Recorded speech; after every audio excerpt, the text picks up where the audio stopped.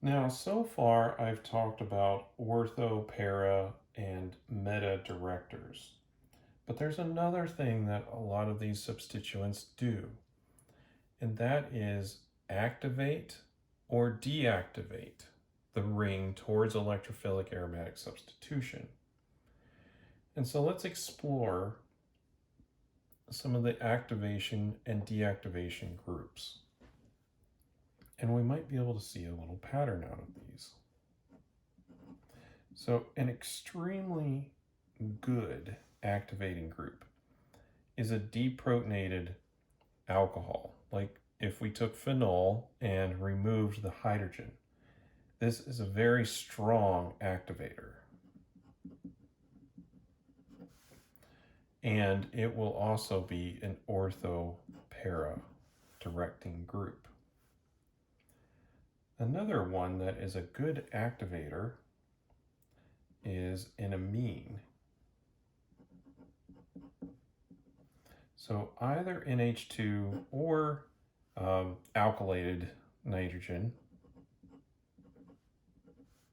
could be really any combination of hydrogen or carbon on the nitrogen as long as it still has its lone pair available. These are also strong activators, and they're also ortho-para directing. Our amides are good activators, again, because of the nitrogen. Not quite as good as the amines. And that's simply because we've now placed a little bit of an electron withdrawing group next to the amine. So this lone pair is less available.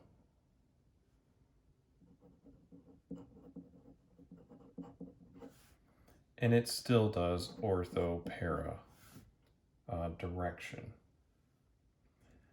Another moderate activator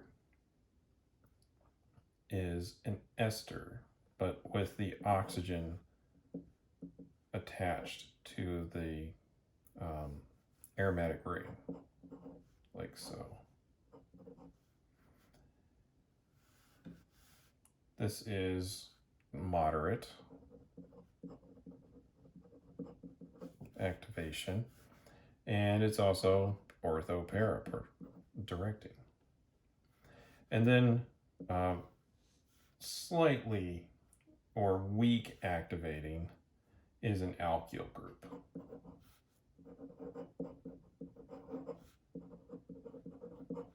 Still activating, but not as strong as the others that we've seen here.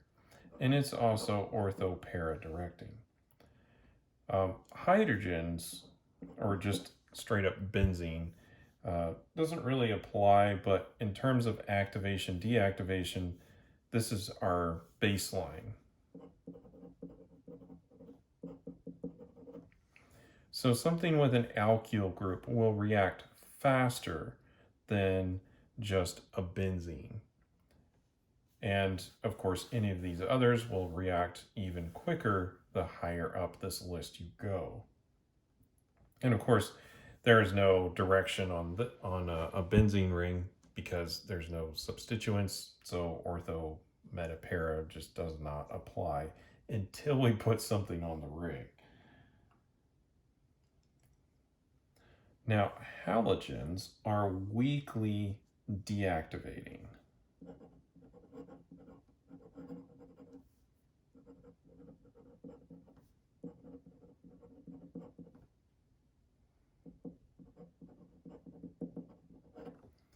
But they still have ortho-para direction. And again, the reason why they have ortho-para direction is they have lone pairs that are capable of participating in the resonance forms.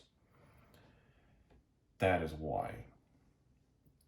They are weakly deactivating because they're a little bit electronegative. And so they'll take a little bit of the electron density away from the ring, and when we are trying to have the ring attack an electrophile, we want more electron density on the ring that will speed up the ability for the ring to attack a positively charged species because more electrons will be available on the ring. All right, so there's other moderate deactivating groups. Now, not to be confused with these up here, we now have the carbonyl attached to the benzene ring. So either an ester, but now the alkanoate side is the aromatic side, and then the alkyl group is something else. This will deactivate the ring because the activation for the ring is really coming from, or the direction, the availability of these electrons right here on that oxygen. For this oxygen, this configuration, we really don't have the ability to get electron density onto the ring. We only have this group pulling electron density away. That's why it's moderately deactivating. And this is also switching us over to meta direction. Similar to the ester, a ketone will do the same thing, ketone or aldehyde. Really, this is a moderate deactivator. It's also a meta director. Cyano or cyanide is a strong deactivator, and it is also a meta director. Sulfate, or this thing, also strong deactivator, and also a meta director. And I'm going to continue the list over here.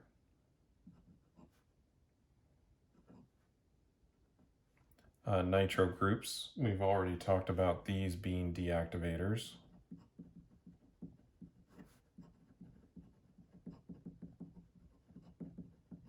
And we've talked about them being meta directors. And then another one is a nitrogen that is fully substituted. So these could be either alkyl groups or hydrogens, but now we've formed a cation on the nitrogen here. That will have a strong deactivation for the ring because these electrons are no longer available for it to donate to the ring, and nitrogens are a little bit electronegative. And so this will serve to be a deactivator. And the nitrogen is going to want to pull electron density from the ring to make up for the plus charge that it has now.